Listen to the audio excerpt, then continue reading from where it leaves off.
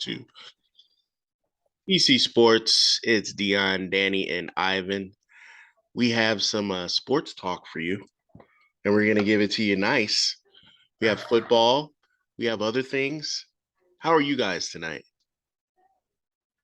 All right. I'm all right. Just chilling out in the cold, but we good out here mentally. I'm not doing too good because my star player might be out for a minute if things go the wrong way. I don't want that to happen. But yeah, I could be better. Definitely could be better. Wait, actually. I know you're. Oh, so you're talking about Davante Adams. Oh yeah, Dion, I am Pushing dudes after he looks like a sore loser. What do you think, Ivan? Yeah, for sure. Yeah, he's Pushing a it's poor not little right for what he cameraman. did. What a tough guy. He's a big loser for that. Come on, Danny, get your boy. Oh, please. First of all, you can't have anybody in that tunnel for at least a 20-minute period so all the people can go into the locker room. The dude walked into his way, gave him a little love tap, get out of my way, fell. There's no need for this whole misdemeanor charges thing. And second of all, per Ian Rappaport on the rap sheet, Davante Adams has been charged with a city ordinance violation, which is not a state misdemeanor assault charge. So that's how you know. One, that's a good thing. Two, per the prosecutor's office, it carries a fine of either up to $250 to $1,000 or 180 days in jail, which I'm sure that's not going to happen. But up to $1,000 fine. The cameraman's looking for a payday. I get it. Wow. Yep. Bro, I've seen so worse. you said Do you remember when LeGarrette Blunt punched a guy? Come on, I've seen worse than that. I don't recall that. I just know you said love tap. That's in my Kobe. That was a love tap, man. Guy was frustrated. So Davante Adams is a big dude. He's like 200 pounds. What do you want? A love tap for that little guy? Run to the locker room. Cry there. Don't push the little camera guy trying to do his job. It was a little love tap. That's all I gotta say. I didn't see no. Davante tweeted. Yeah. Bro, you guys are acting like he was jamming him at the line, like he was a DB. I mean, he did look like he looked at him, so it was premeditated because he saw him walking. He looked at him, said, "Why are you standing in front of me?" I saw him. I saw it with my own mouth, my own eyes. That's all I gotta say. Give or take a few words, and then he just rears back and gives him a full push with his full weight. He said no way. I saw both angles. To me, it was a push, but it wasn't that hard of a push. I get it. He sent him to the ground. The report claims he has whiplash and a slight concussion. I highly doubt it. But again, they're going to go to court set for November 10th. Now, the NFL is going to give him a pretty hefty fine for that. Okay. But a suspension would go overboard. I don't think this calls even a 1-game suspension. This is a fine. This is 100% a fine, not a suspension. What do you guys think? Do you think overall with the football side that your coach should have went for 2? No. That's just me. I understand the analytics. I understand you're on the road and Josh Jacobs is hot. Like he looked amazing. But man, you have and Arrowhead's not the easiest place to play either. It's loud, it's rowdy. Kick the extra point. You have the most money kicker in the league right now, Daniel Carlson. Literally, a dude has not missed. I agree. Kicker in fantasy. Ivan knows who that is. The dude is putting up numbers, hitting bombs from 50 yards. Kick the extra point. You got the stop on defense. That shows me a couple things with Josh McDaniels. On a quick note, one, he's overthinking things. I get it. You want to go on 4th and 1. You want to be a little aggressive. I get you're taking deep shots on 4th and 1. You want to be aggressive. But in a game like that, where your defense has stepped up after Travis Kelce has scored 4 times, you got to put a little bit of faith in that. Just a tiny bit. I wouldn't go for 2 in that situation. I don't know. You're on the road. Primetime Patty's doing whatever he wants. You're trying to get out of KC, bro. So I get it. I don't know if I'm gonna hold that against him. The Davante catch kind of stunk for you guys too. It was a tough loss. It was a great game though. It was a hell of a game. Firework. That's how the Raiders are gonna be. Yeah, divisional game, that should have been the way it should have been. I mean, I had Raiders spread on there, and that looked pretty good. I mean, primetime Mahomes for sure. It's just like he can't. He's not the big guy that used to actually cover spreads in the past. Like in like 2 years ago, a year ago, he was covering spreads and winning the game. In divisional games, it's a lot less to like carry 7.5 points. I thought that was a straight lock. And another little tidbit on that when it comes to the 2-point conversion call, 4.5 minutes to go and in a tied game. Okay, granted, if the Chiefs go down the field and score right away, your offense is just as hot as KC's. Literally, you can go back, shoot it downfield again, get another tutty, and then talk about Kelsey. How many touchdowns did he have? That guy went crazy. Yeah, but he had like 30 yards. But I mean, he's a lock in the 25 yards. He had 25 yards, but like 4 TDs, like that's the whole him and Pat in the red zone are like that's a lock. That's why it's unfair. It was a good game, and I'll tell you this: as a Raiders fan, 1-4 record doesn't really mean they're that bad. There's a lot of bad brings. I think they lost the combined in those 4 games they lost. The combined score was under 20 points in all games they lost. Yeah, they're a tough team coming up. So transitioning to more physicality in sports. Last week, Draymond Green was somehow leaked that he punched his teammate. What's the guy's name again? Jordan something? There you go. Jordan Poole. Jordan Poole. I think Jordan Clarkson. But he gave him a swift right to the face, buckled him. I had text you guys because I wanted to know while it was on the top of my head. Can both coexist on this team after this incident? Absolutely. I mean, Draymond's the type. Yeah, I think so. Because Draymond's the type of guy he stands up for what he believes. He's got a lot of pride on the Golden State Warriors. I mean, Jordan Poole, what I was hearing reports that Jordan Poole was talking a lot of smack with how Draymond opens his mouth when he's practicing. I don't know if you guys noticed that, but like he's always keeping his mouth open. He's not like he's got his hands on his knees. He's just like opening his mouth. So like he said basically like, why do you have your mouth open all the time? So that's why he kind of went up to. He's like, who are you talking to, big? Like you're not that big. Like he basically saying like I run this, but. I kind of see like they could coexist just because of that reason. They stand up for each other and whatnot. But they've been in it together. They've definitely been in it together in this group. Does Draymond not run it?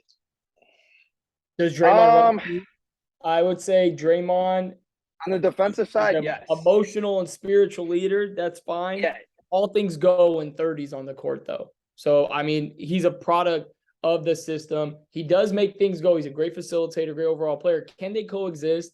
This isn't Kobe and Shaq, but I'll say they'll coexist on the business side, but on the personal level, there's not going to be any type of relationship. I think so too. Yeah, and I guarantee if the Warriors don't end up paying him, this is going to be another reason why, hey, we got this young stud in Jordan Poole who we could potentially build around in the future. And you're 33 going into, I believe 33 years old, possibly going to 34, I believe, or you just turned 33 and you're wanting a max and you're going out and acting like this and acting outlandish.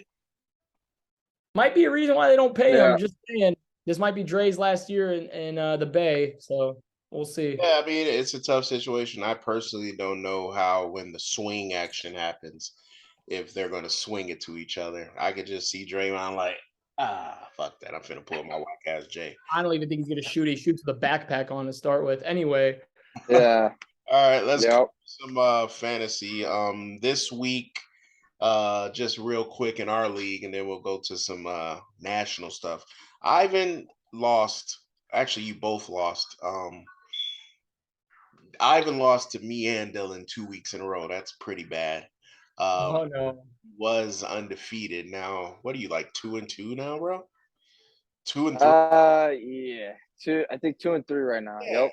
You know, we apologize as a family for putting it on you. It's our, I come back. It's all good. Annie, you should be just disgusted with yourself. Oh, okay. Like it's my fault. T. Higgins and Darren Waller have first quarter injuries. Get out of here with that. The fact that I'm getting dragged on I have no control over that. Yeah, My team you have was all hot the you before this drafted game. your team, then you dissected it and started over, and you're still trash. Come I'm on, still bro. 2-3, and I still put up points. Listen, look, it's an awkward time. Week 5, either you're 4-1 and At me this week, homie. It's a wrap. Oh, let's go. I'm not gonna let you take down the whole EC crew. Like, okay, take down Ivan, fine, but you're not gonna take me down too. Okay. We're gonna take y'all down as a family. That's crazy. You had Dylan this past week, right? No, I had Dylan when Stephon Diggs went like nuclear on me. Oh, okay, yeah. And I lost. Oh, you I was Eric, up and I lost because of that. Lost to fucking Eric, bro. That's disrespectful. But in fantasy, like, what do you guys think of like Gabe Davis, like that type? It just seems like Allen just sees him down the field every single time on a fantasy side. I think he's a bust player. If you drafted Gabe Davis in the 4th to 5th round, you were expecting him to catch a touchdown every week, that's not his role. Mm-hmm. Clearly, he's a take the top off the defense type of guy, vertical threat. And when he does pop off, he's going to get multiple looks and multiple touchdowns. As you saw against the Steelers, he just ripped them a new one. He went literally just free release, and you just let him get down the field like that. And of course, Josh Allen's going to find him. Come on. But he's a boom bust player. He's just like a Rashad Bateman. It's the guy who's going to touchdown reliant in a way, but he is a capable receiver too. I'm not taking away anything from him. What do you think, Ivan? Yeah, there's a lot of stars on the Bills, so it's kind of hard for him to be like a wide receiver 1 or a wide receiver 2. So like because there's you got to mention McKenzie as well. Then you got Singletary getting on the ground. Like there's just a lot of options for Josh Allen. Him being number 1 option, like himself, like but like Davis is really good. Like it's just how he obviously showed it out with Pittsburgh. So like, I mean. You saw how physical he got with Fitzpatrick and just took the ball away from him. Like that was just nasty. Like that just shows how big this guy is, how like physical he is. And I mean he's just really unstoppable right now compared to him and Stephon Diggs. I think with players on offenses like the Bills, like the Eagles, even teams possibly like the 49ers have dynamic players, you want to have a piece of that offense. Like, it doesn't matter if you don't have like A.J. Brown, but if you got Davante Smith, he might be the guy because a lot of teams are going to pay attention to him. So the same thing with Gabe Davis. People are going to bracket Diggs, double up on him, make him play more inside the numbers instead of being a vertical threat. And then there goes Gabe, so it's good to have a piece of that kind of offense. Do you have Gabe Davis, Dion? Yes, I do. He was on the bench last week and I still beat Ivan. So it was not me. Oh, it wasn't you? Oh no, I beat the new guy. He was kind of mad after the recap because I said, bro, change your team. You're 1-4. He's like, oh, so you're saying that I lose because I didn't give you a good trade? I was like, yeah, duh. Fuck. That's not well, let's talk money, bro. Y'all the money, man. What we got this week? And Ivan was supposed to hit me up while I was in Arizona, and he never sent me a parlay. Yeah, I had. Oh, you don't want that, Danny. He was all over Pittsburgh, bro. What did I tell you guys? I said if the line was -20, I would have taken it. Yeah, it's crazy to see how the Bills just really laid it on this team. Yeah, Steelers are done. I mean, not to mention just how awful like they played that day. So I mean, that was just a very bad day for me. Bad game, huh? And so I mean this week I would mention, I mean, for sure the under for the Thursday night game. I like Tampa Bay also covering, and then I love Dallas also covering against Philly. Even though Phillies are my team, I still think I don't know if they'll cover the numbers. The Cowboys are actually really good on defense. They don't give up that many points, so I think it's gonna be a real tight one, especially at the number 5. I think it'll go lower. I didn't say that. Their defense is sick, not their D. Also, I just caught that. Do you think that, coming into this week, you had mentioned the Bears. The Bears are kind of keeping it close, right? They covered last week. They got Carson Wentz and his coach coming into town. He had to guys, which I really don't think he should have, because he was talking as a broad spectrum. Do you think the Bears are just playing to just stay close to keep people to come to, because people are going to come to the games regardless, bro? Yeah. I mean, for the Bears, I was gonna say for the Bears, minus that first half, they against Minnesota, they are putting some. They had some fight in them. And I know Darnell Mooney's starting to get more involved. Dave Montgomery's starting to come along. I mean, they just got to get Justin Fields. The play calling for Fields has just got to be more simplistic for him, where he could roll out as well. He is so dangerous when he gets to roll out of the pocket and have a clean look. He is very dangerous, and obviously has the ability to run.